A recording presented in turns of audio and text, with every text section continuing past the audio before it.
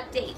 I hope you had a fabulous Christmas, but moving on to this weekend, the National Weather Service has issued a blizzard warning for Amarillo, Lubbock, and other parts of the Panhandle. This warning is in effect from 6 p.m. on Saturday until noon on Monday. You can actually hear the storm blowing in behind me, as some parts of the Panhandle are expected to receive up to 18 inches of snow. The National Weather Service warns to not drive unless absolutely necessary and be prepared in case of power outages. You can check back on our website for the latest weather updates.